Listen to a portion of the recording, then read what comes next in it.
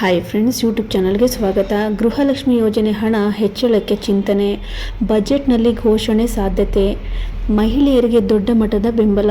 ಬೆಂಗಳೂರು, ಕರ್ನಾಟಕದಲ್ಲಿ ಕಾಂಗ್ರೆಸ್ ಸರ್ಕಾರ ಅಧಿಕಾರಕ್ಕೆ ಬಂದ ನಂತರ ಗ್ಯಾರಂಟಿ ಯೋಜನೆಗಳು ಸಾಕಷ್ಟು ಜನಪ್ರಿಯತೆ ಪಡೆದಿವೆ.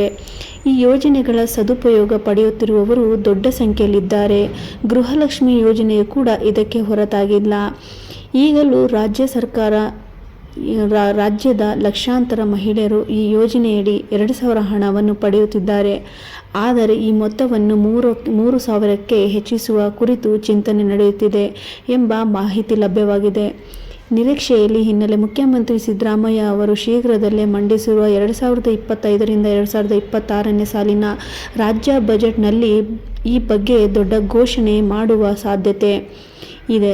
ಸರ್ಕಾರ ಗ್ಯಾರಂಟಿ ಯೋಜನೆಗಳ ಪರಿಣಾಮವನ್ನು ಎದುರಿಸುತ್ತಿರುವ ಪ್ರತಿಪಕ್ಷಗಳು ಬಿಜೆಪಿ ಮತ್ತು ಜೆಡಿಎಸ್ ಈ ವಿಚಾರವನ್ನು ರಾಜಕೀಯವಾಗಿ ಬಳಸಿಕೊಳ್ಳುತ್ತಿವೆ. ಆದರೆ ಸಿಎಂ ಸಿದ್ದರಾಮಯ್ಯ ಸರ್ಕಾರ ಈ ಯೋಜನೆಯೂ ಸೇರಿ ಗ್ಯಾರಂಟಿ ಯೋಜನೆಯನ್ನು ಇನ್ನಷ್ಟು ಬೆಂಬಲಪಡಿಸುವ ದಿಸೆಯಲ್ಲಿ ಕೆಲಸ ಮಾಡುತ್ತಿದ್ದಾರೆ. ಈಗಾಗಲೇ ಕರ್ನಾಟಕ ಮಹಿಳೆಯರಿಗೆ ಮಾಸಿಕ 2,000 ಹಣ ನೀಡಲಾಗುತ್ತಿದ್ದು, ಇದರ ಅನುಭವ ಹಾಗೂ ಫಲಾನುಭವಿಗಳ ಪ್ರತಿಕ್ರಿಯೆ ಆಧಾರಿತ 3,000ಗೆ ಹೆಚ್ಚಿಸಲು ನಿರ್ಧಾರ ಸಾಧ್ಯತೆ ಇದೆ. ಬಡ ಕುಟುಂಬಗಳಿಗೆ ಹೆಚ್ಚಿನ ನೆರವು ಒದಗಿಸುವ ನಿಟ್ಟಿನಲ್ಲಿ ಈ ಬದಲಾವಣೆ ವಾಸ್ತವಕ್ಕೆ ಒತ್ತಡಿಸುತ್ತಿದ್ದಾರೆ. ನೋಡೋಣ ಸ್ನೇಹಿತರೆ, ಈ ಗೃಹಲಕ್ಷ್ಮಿ ಯೋಜನೆ 2,000ರಿಂದ 3,000 ಏರಿಕೆ ಆಗುತ್ತಾ ಅಂತ ನಾನು ಮುಂದಿನ ಅಪ್ಡೇಟಲ್ಲಿ ತಿಳಿಸ್ತಾ ಹೋಗ್ತೀನಿ. ಯಾರು ನನ್ನ ಚಾನಲ್ನ ಸಬ್ಸ್ಕ್ರೈಬ್ ಆಗಿಲ್ಲ, ಪ್ಲೀಸ್ ದಯವಿಟ್ಟು ಸಬ್ಸ್ಕ್ರೈಬ್ ಮಾಡಿಕೊಂಡು ಮುಂದಿನ ವೀಡಿಯೋಗಾಗಿ ಕಾಯ್ತಾರಿ ಅಂತ ಹೇಳ್ತಾ ಎಲ್ಲರಿಗೂ ಧನ್ಯವಾದಗಳು.